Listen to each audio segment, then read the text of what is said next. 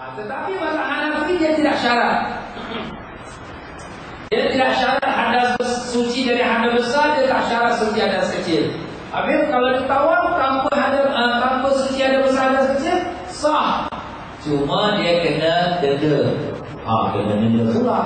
Kalau lah misal kata dia tidak suci dari hadas kecil, tak ada wuduk lah, dia tak ada wuduk, orang lelaki ke apa, dia tawaf tak ada wuduk, sah. Tapi dia kena denda 1 ekor kambing. Tapi kalau dia dalam hadas besar, dia tidak suci dari hadas besar, kaum wanita yang uzur, dia tidak suci dari hadas besar, dia tawaf, sah.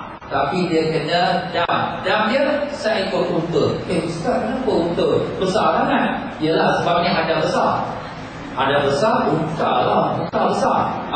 Kambing kecil tak main. Ini bahasa ada besar. Kalau ada kecil, kambing kecil. Macam tu. Itu memang hukum dia macam tu dalam mazhab Hanafi. Jadi kalau sekiranya kaum wanita dia menghadapi masalah seperti ini, dia bolehlah berpegang kepada mazhab Hanafi. Ustaz dia yang nak bagi tahu dia, kau pergi masuk masjid, pergi tahu aku mana Nabi. Tak boleh. Kita kalau ustaz cakap macam tu, ustaz ni suruh dia buat perkara yang haram. Kenapa pula haram? Kalau mazhab Hanafi, tawaf dia itu sah, tapi masuk Masjidil Haram berdosa. Masuk masjid. Orang perempuan masuk masjid, semua ulama kata haram, tak boleh. Orang perempuan uzur lah. Habis, kalau kita kata kau masuk masjid, kau tak beritahu, mana kita menyuruh dia buat dosa, kita yang ustaz cakap ni pun berdosa. Habis nak cakap macam mana? Kita kena cakap tu ada di taktik dia. Cakap dia, tidak boleh kau lakukan tawaf. Jika kau lakukan juga, maka kau berdosa kerana masuk masjid. Tetapi kewajipan tawaf tertunai. Macam tu. Dia seliput sikit lah. Kau tak boleh masuk masjid, dosa. Pasal kau ada uzur. Tapi kalau kau masuk masjid juga, kau tawaf tu sah lah dalam mazhab Hanafi. Jadi wanita ni pun faham, dia tak boleh juga ya. Ustaz ni nak selamatkan diri dia, dia tak sewa aku, cuma dia bagi tahu saja.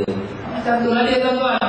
Jadi kalau wanita yang uzur, dia boleh pilih pilihan yang ketiga. Kalau dia tak maulah sampai nak keluar, tawaf dia tu 10 tahun lagi baru nak buat, lama sangat. Ataupun nak turun darah berhenti pun tak berhenti-berhenti juga, masa nak layar dah sampai besok, maka dia boleh pilih yang ketiga. Pada hari nak layar tu, hari tu memang dah tak berhenti juga, dia tunggu sampai last minute tak berhenti juga. Dia pun mandi ada besar, aku mandi ada besar, kerana Allah Ta'ala. Tapi dia belum suci daripada ada besar. Maaf tuan-tuan, dia tidak mandi ada besar sebab dia belum suci daripada ada besar.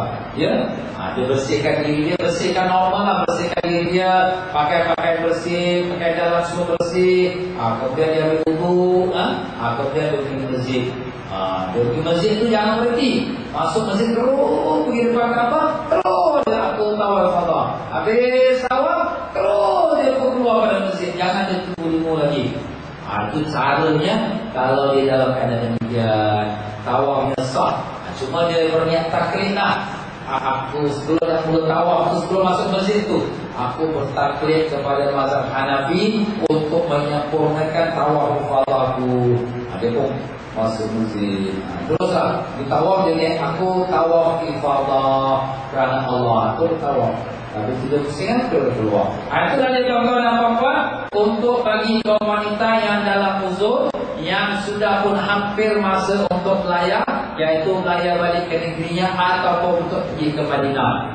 Jadi kalau sekiranya timbul persoalan itu, maka itulah jawapannya. Jadi tuan-tuan dan puan-puan kaum wanita secara khusus lah ya, mereka ni kalau nak memilih package, pilihkan package itu sesuai dengan waktu dia nak balik, dengan uzur dia.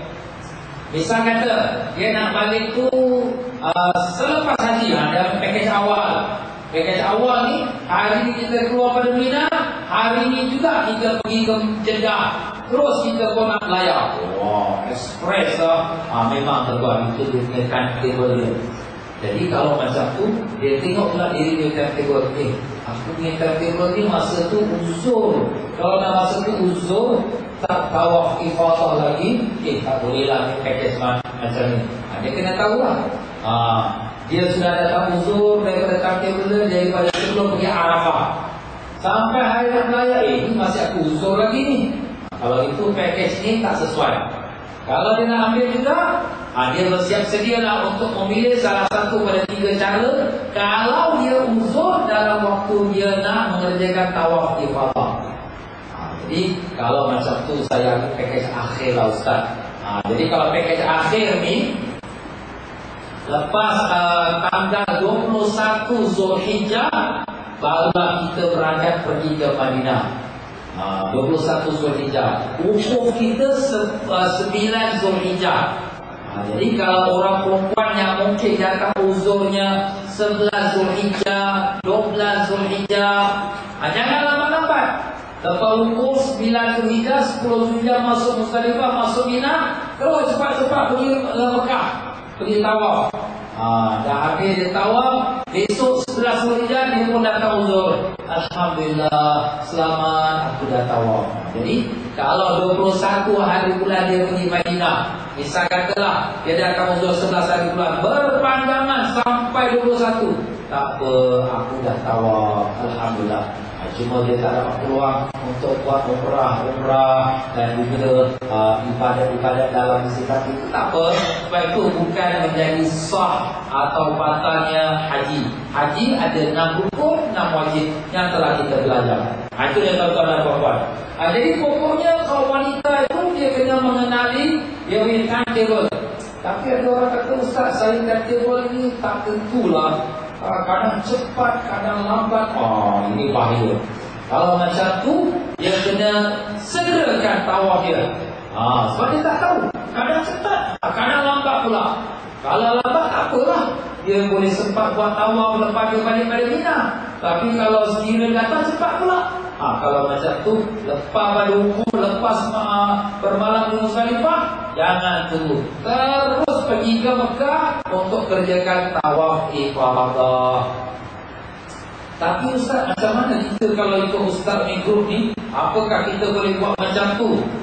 Ni tuan-tuan dan puan-puan ya. Sebenarnya apabila kita daripada Muzdalifah ya, pada malam 10 Zulhijjah kita pada Muzdalifah, kita akan lepas setengah malam ikut giliran pas kita lain, kita akan pergi ke Mu'aisin.